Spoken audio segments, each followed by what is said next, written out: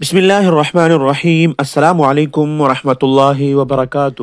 محترم سامعین، کل سے امریکی وزیر خارجہ کے ایک ویڈیو بہت زیادہ سوشل میڈیا پر وائرل ہے۔ ہمیں بھی بہت سے ساتھیوں نے اس ویڈیو کو بھیجا ہے کہ آپ تھوڑا سا وہابیزم اور سلفیزم کے بارے میں بتائیں کہ یہ کون لوگ ہیں۔ محترم سامعین، اس ویڈیو میں امریکی وزیر خارجہ کا امریکی سینٹ میں خطاب نشر کیا گیا ہے جو 13 فروری 2025 کو ہوا ہے۔ اس میں انہوں نے بتایا ہے کہ ہم نے وہابیزم اور سلفیزم کو پھیلانے کے لیے سعودی عرب کو ڈالر دیے ہیں۔ ہم نے وہابیوں کی مسجد میں نئے امام مقرر کیے اور ان کی ٹریننگ پر خرچ کر رہے ہیں۔ ہم ان کو ان کے عقائد کی کتابیں بھی چھپوا کر دے رہے ہیں۔ تو یہ ویڈیو بہت سے ساتھیوں نے ہمیں بھیجی ہے، تو آپ لوگوں کے ساتھ اس بارے میں کہ وہابیزم کس کو کہتے ہیں، سلفیزم کس کو کہتے ہیں، دارالعلوم دیوبند کا ایک بہت ہی اہم فتویٰ شیئر کرتا ہوں۔ آپ لوگ ساتھ ساتھ اسکرین پر بھی دیکھ سکتے ہیں۔ محترم سامعین، اس کو عنوان یہ دیا گیا ہے کہ سلفی، وہابی، اہل حدیث اور غیر مقلد کے درمیان کیا فرق ہے، اور نیچے دارالعلوم دیوبند کے مفتیان حضرات سے سوال میں پوچھا گیا ہے کہ سلفی، وہابی، اہل حدیث اور غیر مقلد کے درمیان کیا فرق ہے۔ محترم سامعین، جواب میں دارالعلوم دیوبند کے مفتیان حضرات فرماتے ہیں کہ سلفی کسے کہتے ہیں۔ پہلے سلفی کے بارے میں بتاتے ہیں کہ در حقیقت یہ وہ حضرات کہلاتے ہیں جو صفات خداوندی کی تعویل کے عدم جواز میں حضرات سلف صالحین، حضرت امام احمد ابن حنبل رحمہ اللہ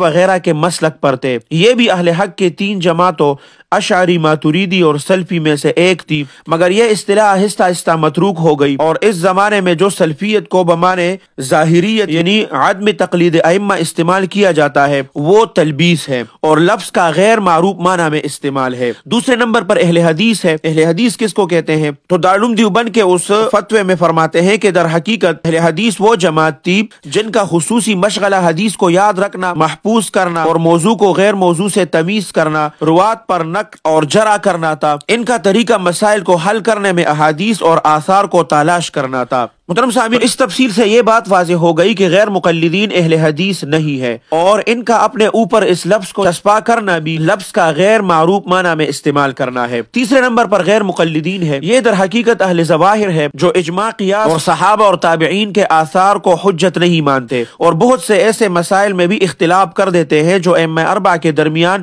حقق علیہ ہے۔ خیر القرون سے لے کر اب سے تقریباً 150-200 سال پہلے تک یہ فرقہ اس طرح منظم شکل میں نہیں تھا۔ اس دور میں یہ خود کو اہل حدیث اور سلفی کہہ کر لوگوں کو اپنی طرف مائل کرنے کی کوشش کرتے ہیں۔ اور چوتھے نمبر پر وہابی کس کو کہتے ہیں؟ جو یہاں پر وہابیزم اور سلفیزم کا لفظ استعمال ہوا ہے جو امریکی وزیر خارجہ نے استعمال کیا ہے، تو وہابی محمد بن عبد الوہاب نجدی کی متبعین وہابی کہلاتے ہیں۔ البتہ آج کل ہندوستان کے بعض مبتدعین نے تو متبع سنت کا نام جو سنتوں کا اتباع کرتے ہیں، یعنی کہ جیسے علماء دیوبند ہے اور اس طرح کے اور لوگ جو بہت زیادہ سنت کا اتباع کرتے ہیں، تو ان کا نام ہی وہابی رکھ دیا ہے۔ یہ ان مبتدعین کی اصطلاح جدید ہے۔ محترم سامعین، بہت سے ساتھیوں نے ہم سے پوچھا تھا کہ اس کی تھوڑی سی وضاحت کر دے، تو جو امریکی وزیر خارجہ کا بیان سامنے آیا تھا کہ انہوں نے اپنے سینٹ میں کل یعنی کہ 13 فروری 2025 کو کیا تھا کہ ہم نے وہابیزم اور سلفیزم کو پھیلانے کے لیے سعودی عرب کو ڈالر دیے ہیں، ہم نے وہابیوں کی مسجد میں نئے امام مقرر کیے اور ان کی ٹریننگ پر خرچ کر رہے ہیں، ہم ان کو ان کے عقائد کی کتابیں بھی چھپوا کر دے رہے ہیں۔ تو بہت سے ساتھیوں کے ذہن میں شکوک و شبہات پیدا ہوئے، اکثر ساتھی مشوش تھے، تو ہم سے پوچھا تھا کہ اس کی تھوڑی سی وضاحت کر دے، تو ہم نے دارالعلوم دیوبند کا فتویٰ آپ لوگوں کے ساتھ شیئر کیا۔ اللہ سبحانہ و تعالی آپ سب کو اپنے حفظ اور امان میں رکھے، اپنے خصوصی دعاؤں میں یاد رکھے۔ السلام علیکم ورحمۃ اللہ وبرکاتہ۔ الحق وزهق الباطل إن الباطل كان